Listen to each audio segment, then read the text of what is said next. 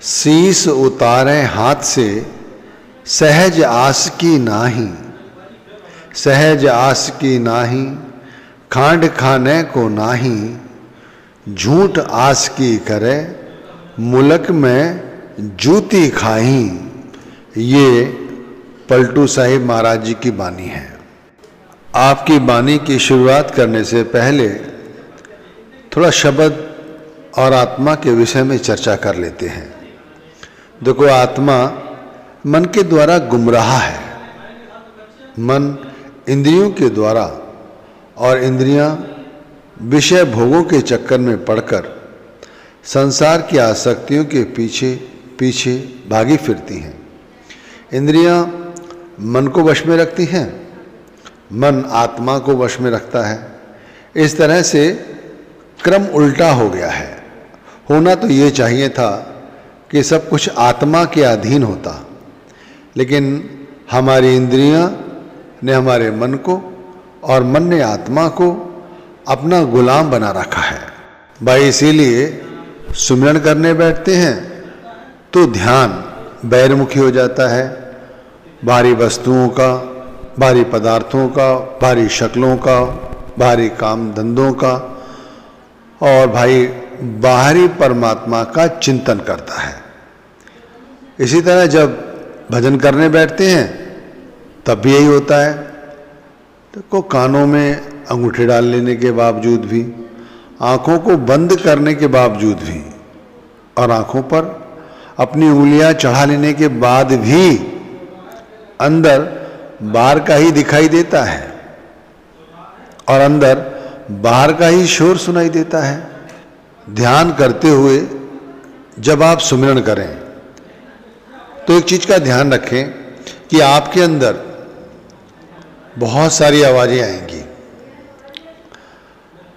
उनमें घंटे की आवाज सुनने की कोशिश किया करो। घंटे की आवाज। ध्यान करने बैठते हैं तो बाहरी शक्लों और पदार्थों का ही ध्यान आता है और उन्हीं की आवाजें।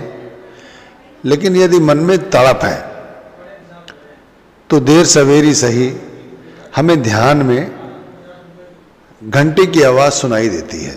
आवाजें तो कई सारी आती हैं, लेकिन घंटे की आवाजों में एक चुंबकीय शक्ति होती है जो कि हमें ऊपर की ओर खींचती है। जैसे कई बार मजीरों की आवाज सुनाई देती है, ऐसा लगता है जैसे मजीरे बजाए जा रहे हैं। कभी कभी ऐसा लगता है जैसे मृदंग बजाए जा रहे हैं, ढम ढम ढम ढम ऐसे आवाज आती है।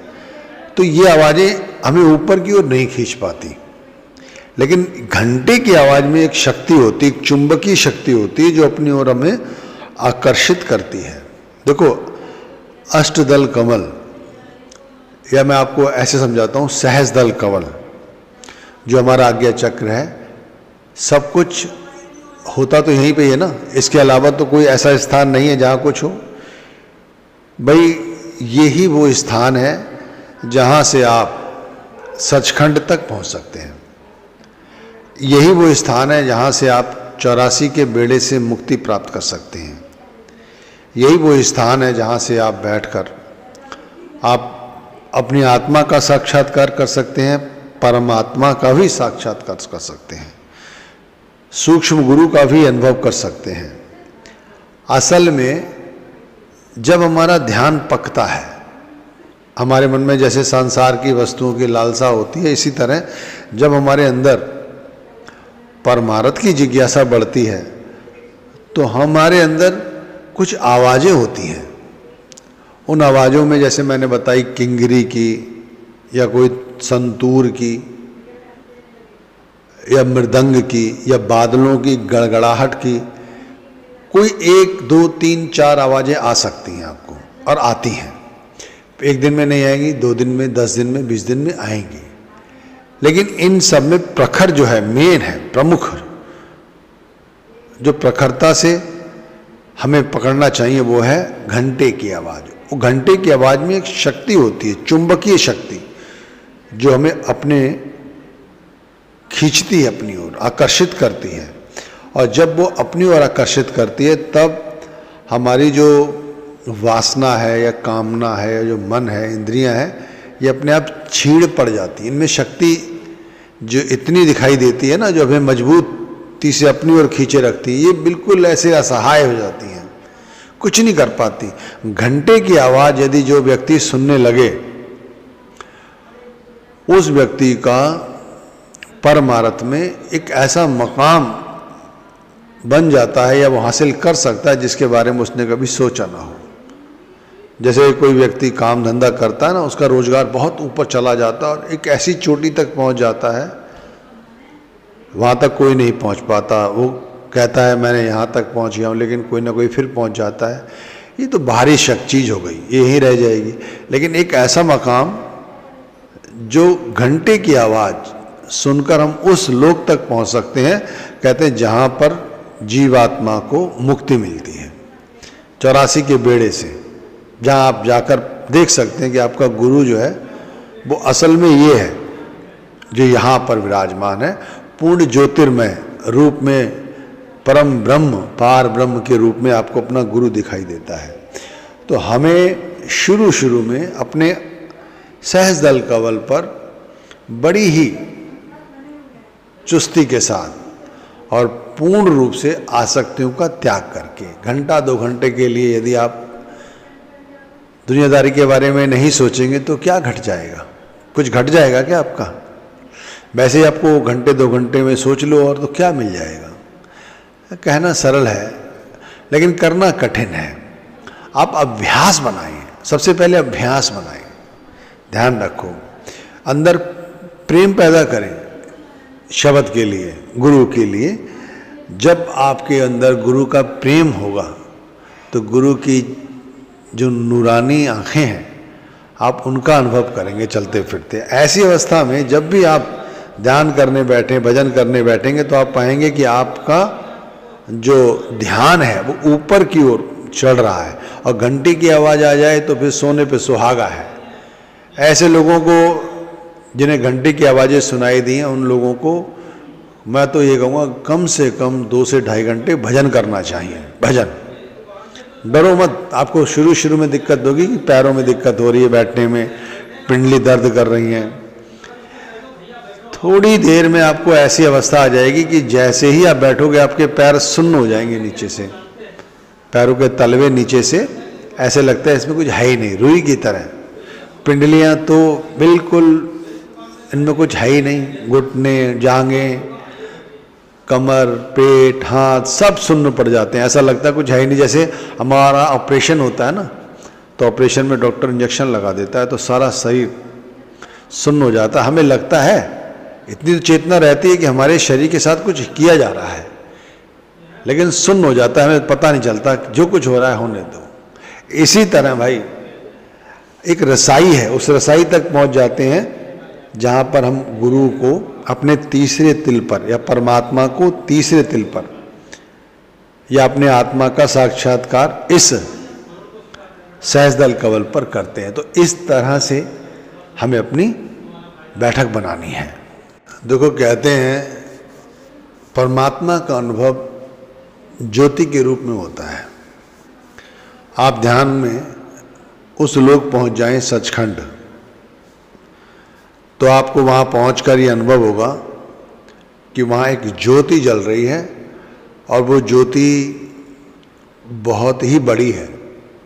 उस ज्योति का दर्शन आपको अनुभव में आएगा तो ऐसा आएगा जैसे कि वो कहाँ से शुरू है और कहाँ जा रही है, लो हमें नहीं पता, लेकिन उस ज्योति की चमक अद्भुत है और समस्त ज्योति उसी का आधार है। ऐसी ज्योति केवल सचखंड से ही आती है जिसका अनुभव हम इस सहज दल कवल पर बैठकर करते हैं। अब मैं आपको कहना क्या चाह रहा था, ये देखो, हमारे अंदर जैसे कई सारी आवाज़ों को भजन के माध्यम से, ध्यान के माध्यम से प्रकट किया, जिसमें किंगरी की थी, शंख की थी, घंटे की थी, मजीरे की थी, मृदंग की थी, लेकिन हमने घंटे की आवाज़ को चुना, हमने उसका पीछा किया। आवाज़ें बहुत सारी आईं, लेकिन हमने ध्यान में केवल उस घंटे की आवाज़ पर ही अपना ध्यान केंद्रित रखा। ऐसी अवस्था में एक बात ध्यान रखिए, जो लोग सुमिरन करते समय इस तरह की आवाज़ सुनते हैं, उन लोगों से विनम्रता से कहता हूं कि वो लोग अपना सुमिरन करना ना छोड़ें, वो सुमिरन अपना जारी रखें। ध्यान में घंटे की आवाज़ आ रही है, ठीक है, वो और करीब आ जाए ये भी ठीक है, और तेजी से सुनाई दे ये भी ठीक है, लेकिन आप उसकी कल्पना में ना खो जाएं, ना उसको आँखों को खोलकर देखें, ना बंद आँखों से उसे देखने की कोशिश करें। आपका काम है सुमिरन करना, वो सुमिरन करते रहिए। देखो हमारे इस सहज दल कवल पे ना आधे हिस्से में कहा जाए तो दयाल रहता है, आधे हिस्से में काल रहता है। काल का काम है कि हम उस दयाल जो उसका परमात्मा का बच्चा है वो उस पर हावी होकर हमें आगे तक ना पहुंचने दें। लेकिन ऐसी अवस्था आ जाती है कि जब हम शंख घंटे मृदंग की आवाज़ें सुनने लगती तो फिर काल की शक्ति छीड़ हो जाती है। तो जो हमारे आधे हिस्से में काल रहता है वो वहाँ से काल दुड़की भाग जाता है, वहाँ केवल दयाल रह जाता है। ऐसी अवस्था में हम यदि भजन करने का अभ्यास बना लें और भजन में हमें इस घंटे की आवाज़ का अनुभव हो, तो जैसे मैंने आपको पहले विनती की कि आप आँख खोलकर उस आवाज़ का पीछा ना करें, तो भजन में भी आप उस आवाज़ का पीछा ना करें। वो आवाज़ आ रही है टन टन टन टन टन टन टन टन टन, आप सुनते रहिए, लेकिन आप उसका पीछा ना करें। आप खुद अनुभव करेंगे कि वही घंटे की आवाज़ एक बहुत बड़े प्रकाश को साथ में ला रही है। वो प्रकाश बहुत निकट आ जाता है, निकट से भी निकट आ जाता है, कभी विलुप्त हो जाता है, ध्यान में ही आपको अंधेरा नजर आता है, कभी वही घंटे की आवाज़ें कई सारे मृदंगों की आवाज़ बन जाती है। आपको ना आँखें खोलना है, ना ही अपने कोई प्रतिक्रिया व्यक्त करनी है। तो इस तरह से धीरे धीरे धीरे धीरे हमें प्रैक्टिस करनी है। तो ये सब कब होगा? जैसे पलटू साहिब ने कुंडली में फरमाया, शीश उतारे हाथ से, सहज आसकी नाही। अपने आप अपने सर को यानी अपनी मैं मेरी को उतार कर अपने गुरु चरणों में रख दिया। ये कोई सहज बात नहीं हुई। सारा संसार मैं मेरी रोग से ही पीड़ित है। अब इसे उन्होंने ऐसा कहा, सहज आस की नाही, खांड खाने को नाही, झूठ आस की करे, मुल्क में झूठी खाई। ये जो हम लोग गुरु गुरु चिल्लाते फिरते हैं ना कि हम फला फला गुरु से दीक्षित हैं, या हम रोज सुमिरन करते हैं, ध्यान करते हैं, भजन करते हैं, ये सब का सब केवल संवाद है और कुछ नहीं। जीते जी मर जाए करे ना तन की आशा, आशिक को दिन रात रहे भूल सूली पर बासा। जो व्यक्ति जीते जी मरा हुआ अपने आप को मान लेता है, उसे तन की छोड़ो किसी चीज की आशा नहीं होती, केवल शब्द के अलावा, और वो 24 घंटे सूली पर लटका रहता है। समझ लो एक पल के लिए भी। मीराबाई ने भी अपनी वाणी में इसी बात कही है, सूली ऊपर सेज पिया की, किस विध मिलना होए, तो जौहरी की गत जौहरी जाने, जे जिन जौहर होए। तो इन सब बातों को आप गहराई से पकड़ें कि ये क्या कहती हैं। हमें अपने आप को सुमिरन, ध्यान, भजन के हवाले करना है। एक बार मेहनत करके अपने अंदर शब्द धुन प्रकट कर लो, और उन शब्द धुनों में जो मुख्य है घंटे की आवाज, उसके साथ अपनी आत्मा को जोड़ो। उस घंटे की गूंज सचखंड में बैठे उस परम ईश्वर के नूरानी स्वरूप को प्रकट करती है।